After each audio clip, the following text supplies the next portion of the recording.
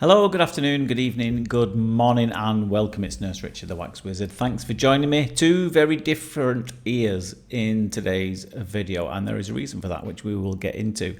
Now, they were both very small children. I think they were both about 6 or 7 years old. And the first one came out with the hook really nicely. I think they pointed out that it looked like a little chipolata, which they're not wrong. And a bit of dry skin here. Now this ear was a lot drier than the other one, and there'd been no oil put in either ear.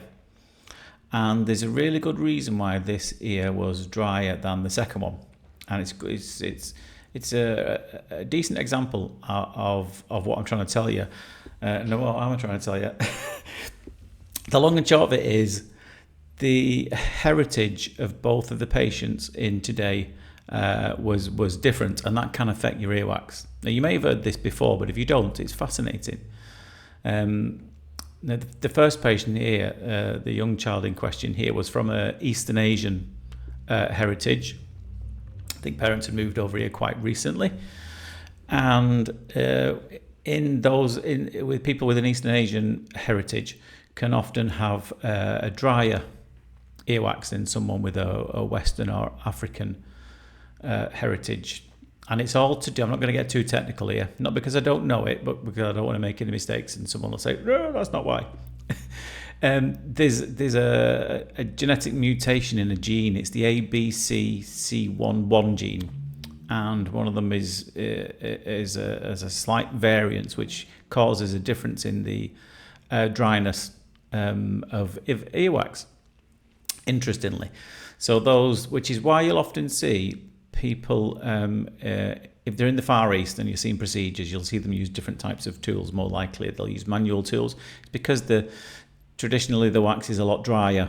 You'll notice it might be a bit paler, not in all instances, but in some they'll be a bit paler and a bit drier, and therefore they might use different tools to get this out. However, people with a Western heritage or a Western and African heritage, the wax is often a bit wetter. It's to do with the different genetic variants of that gene.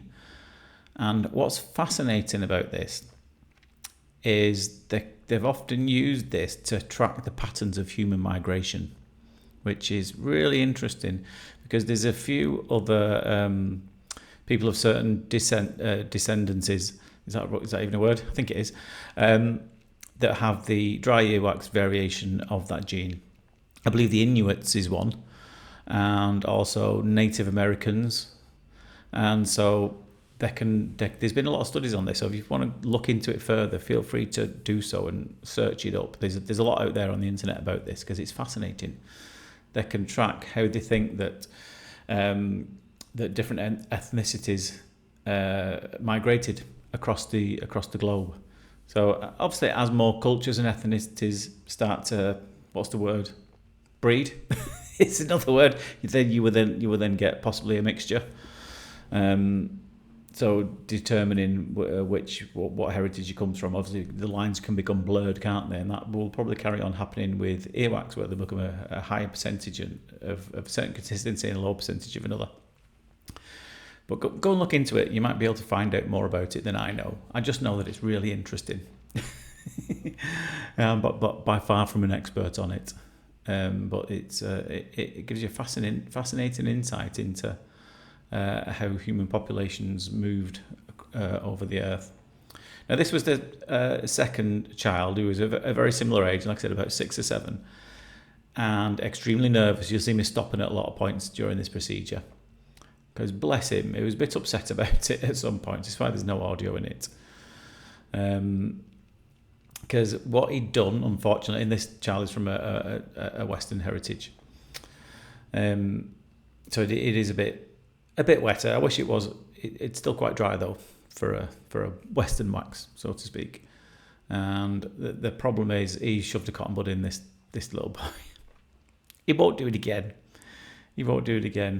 Because it was a bit uncomfortable getting this out for him. Having said that, it is always difficult to figure out whether it actually is hurting a small child, because they express pain differently. They might say, ow.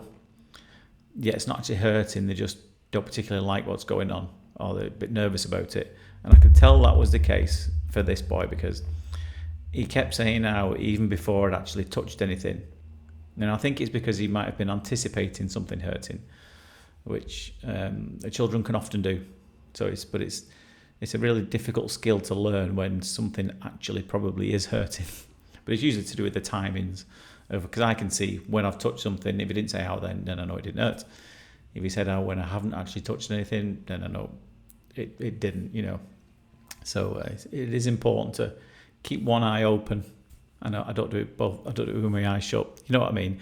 Keep an eye on the patient as well as the ear, just so you can look out for them clues. And it might be uncomfortable. And yeah, he was glad we got this out. As you can see, I made a big difference to him as well.